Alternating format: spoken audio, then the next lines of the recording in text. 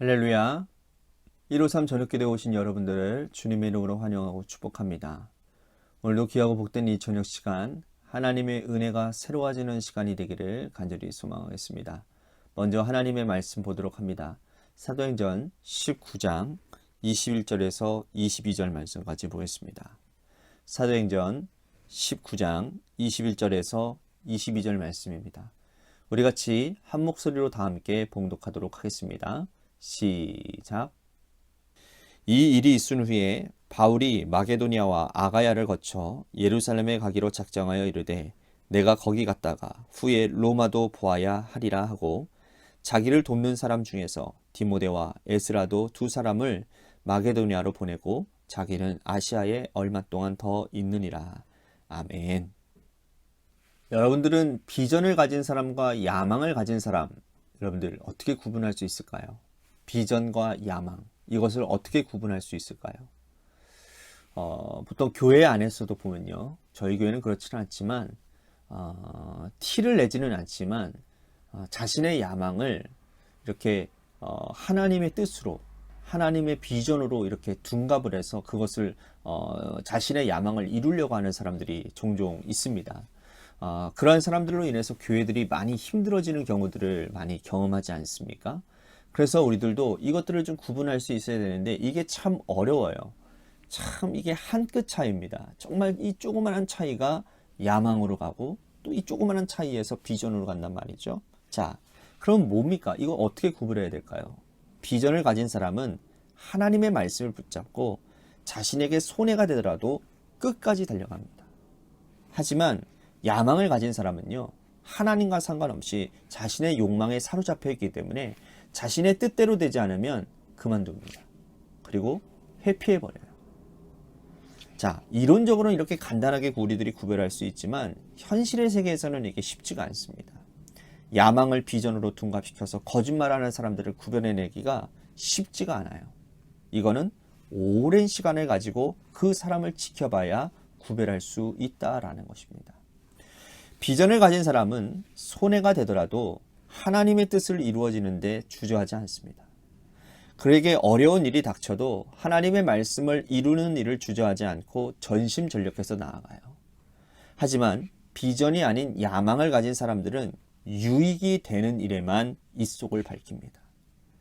자신에게 유익이 되지 않으면 발을 빼고 조금이라도 유익이 되면 물불 가리지 않습니다. 그래서 주변 사람들을 힘들게 해요. 그런 의미에서 사도 바울은 야망이 아닌 비전에 붙들려 나아가는 사람이라고 할 수가 있습니다. 오늘 본문에서 3차 선교 여행의 중심 도시 소아시아 에베소에서 일어난 일들을 기록하고 있습니다. 바울에게서 에베소는 어떤 도시이고 어떤 의미입니까? 여러분, 바울은 2차 선교 여행을 에베소로 가고 싶었습니다. 그런데 성령님께서 그를 말리셨죠. 그러므로 인해서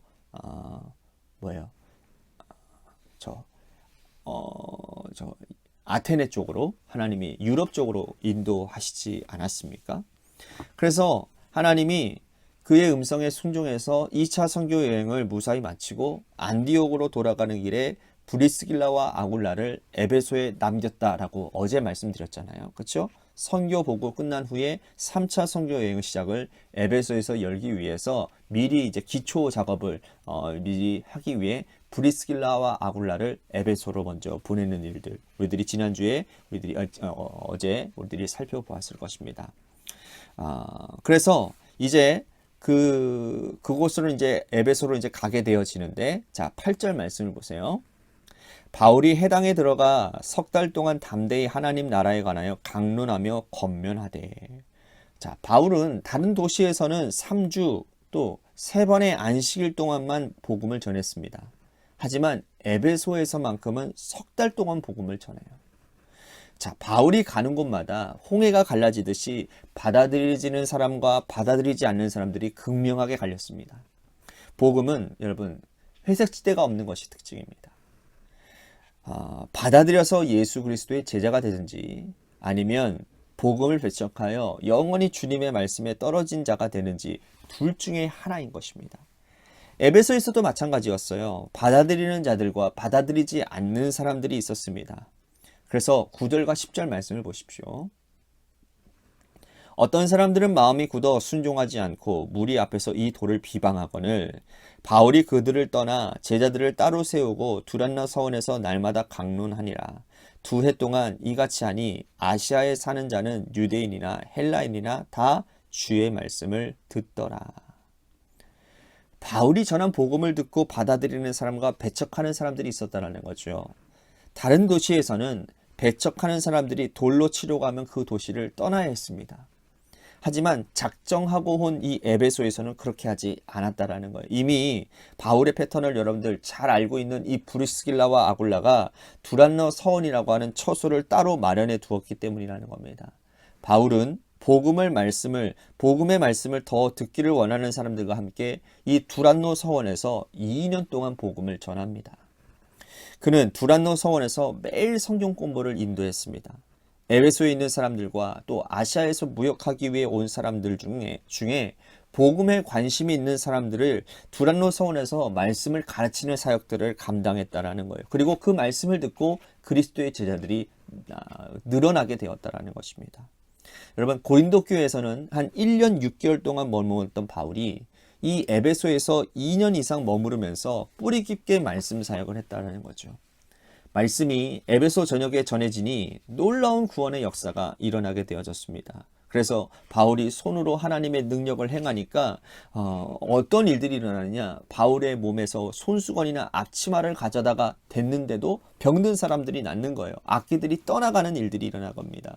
즉 치유사역, 고침의 역사가 일어나게 된 거죠. 그런데 이 사역이 그만 부작용을 가져오게 되었습니다. 당시 에베소에는 마술사들이 많이 있었습니다. 마술사들이 이 바울이 전하는 말씀에는 관심이 없었지만 바울이 행하는 이러한 축기 사역과 병 고침에는 굉장히 큰 관심이 있었던 것 같아요.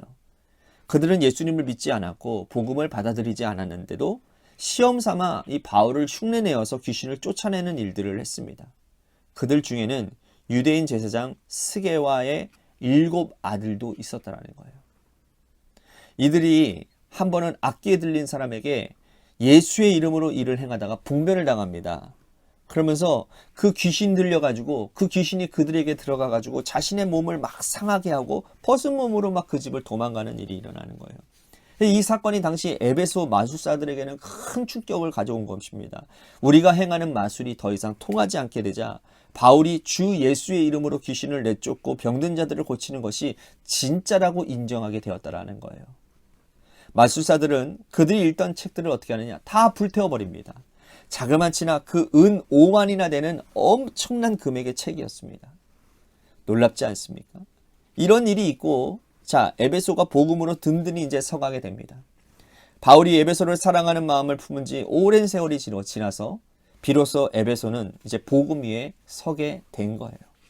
그가 온갖 핍박을 이겨내고 두라노 서원을 세우고 2년 이상을 거기서 성경 공부를 가르친 후에 에베소를 좌우하던 마술사들도 하나님의 말씀으로 새로워지고 책까지 불태웠으니 이제는 뻗어나갈 일만 남은 것입니다. 주님의 말씀이 흥왕하고 세력을 얻게 된 것이지요. 여러분, 하지만 바울은 여기서 그치지 않습니다. 어떻게 하느냐? 이 일이 있은 후에 바울이요 마게도니아와 아게아를 거쳐서 예루살렘에 가기로 작정을 하기로 이룹니다. 그리고 더 나아가서 그 후에는 로마도 가야 되겠다라는 큰 비전을 갖게 되는 거예요. 여러분 보십시오. 에베소에서 천신만고 끝에 뿌리를 내렸어요.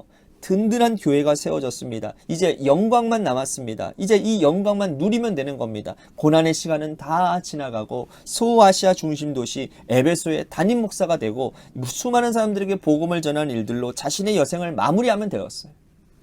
여러분 이 정도만 해도 대단하지 않습니까? 하지만 그는 그치지 않았어요. 로마의 선교에 대한 뜨거운 열정을 다시 가지게 됩니다. 야망입니까? 이것이 비전입니까? 그가 로마를 품은 것이 비전입니까? 야망입니까? 두 가지 의미에서 바울이 로마를 품은 것은 비전이었습니다. 첫째는 그가 말씀을 품었기 때문입니다. 사도행전 1장 8절 말씀 기억나시나요? 예수님께서 승천하시고 나서 제자들에게 남기신 말씀, 오직 성령이 너희에게 임하시면 너희가 권능을 받고 예루살렘과 온 유대와 사마리아와 땅끝까지 이르러 내 증인이 되라 하시는 이 말씀을 그는 택함 받은 순간부터 이방인을 위한 내가 그릇으로 너를 삼겠노라 하신 주님의 말씀을 품고 그는 땅끝까지 이르러 복음 전하기 위한 사도라는 정체성을 가지고 있었다라는 겁니다. 그러므로 그는 에베소에서 멈출 수가 없었어요. 로마를 통과하고 다시 스페인을 꿈을 꿉니다. 그의 목숨이 붙어있는 한 표대를 향하여 전진해 달려나가는 하나님의 말씀을 이루기 위한 그의 열정이었다라는 거예요. 그의 열정이 비전인 두 번째 이유는 자신에게 유익이 하나도 없었기 때문이라는 겁니다. 에베소에 머물러 있으면 그에게 더 큰 유익이 있었습니다. 복음이 이미 뿌리 내려졌고 자리 잡았기 때문이에요. 로마로 가는 것은 죽음을 내포하고 있습니다. 하지만 그 죽음을 감수하서라도 복음 전하기 위해서는 안전한 사역지를 떠나 로마로 향해야만 했다라는 거예요. 우리는 열정을 가지고 사는 존재인지를 우리들이 살펴보았으면 좋겠습니다. 세상에요, 여러분, 물질과 명예를 쫓는 열정도 있고 자녀 교육을 향한 열정도 있는데 하나님의 말씀과 복음 전파의 열정은 우리들 가운데 얼마나 있는지를 살펴보았으면 좋겠습니다. 하나님께서 우리들에게 말씀을 주셨고 그 말씀 쫓아 살도록 여기까지 인도해 주셨는데 혹여나 우리가 머뭇머뭇거리거나 멈추어 서 있지는 않습니까? 이제 직분을 받았고 누릴 만큼 누렸으니 여기서 끝내자 하면 여러분 비전이 아니라 야망을 가지고 달려온 사람이면 틀림이 없습니다. 우리는 생명 다하는 그날까지 말씀 붙잡고 손해가 되도록 말씀을 이루기 위해서 전진하고 또 전진해야 되는 존재인 것입니다. 각자의 삶의 자리에서 모든 분들이 열정을 가지고 비전을 이루는 믿음의 백성들이 다 되시기를 주님의 이름으로 간절히 축복하겠습니다. 오늘 말씀 생각하면서 하나님, 내가 야망이 아닌 비전에 붙들린 사람이 되겠습니다. 말씀 붙들고 손해가 되더라도 유익이 없어도 하나님, 내가 전진해 나아가겠습니다. 우리 같이 하나님의 말씀 생각하며 기도했으면 좋겠습니다. 또 한 가지 우리 교회를 위해서 간절히 기도했으면 좋겠습니다. 하나님의 교회가 비전의 사람들로 가득 채워지는 교회가 되게 하여 주시고, 그래서 하나님의 선한 뜻 가운데 내 유익을 앞세우는 것이 아니라 교회의 유익과 하나님의 유익을 위해 달려나갈 수 있는 귀한 복된 교회가 되도록 인도해 달라고 우리 같이 기도했으면 좋겠습니다. 또한 재개발 가운데 놓여져 있는 교회를 위해서 기도해 주시기를 바라고요. 또한 육신의 질병으로 고통당하시는 분들 많이 있습니다. 우리 그분들을 위해서 기도해 주시고, 또한 고3 수험생에 오늘 고생했는데 또한 이제 앞으로 모든 결과 가운데 하나님의 은혜가 있게 달라고 우리 고3 수험생을 위해서도 기도해 주시기를 바랍니다. 마지막으로 여러분들의 삶의 자리와 여러분들의 자녀들을 위해서 기도하시다가 이 시간 돌아가시기를 바랍니다. 노래 끝날 때까지 우리 합심하여 기도하도록 하겠습니다. 기도하시겠습니다.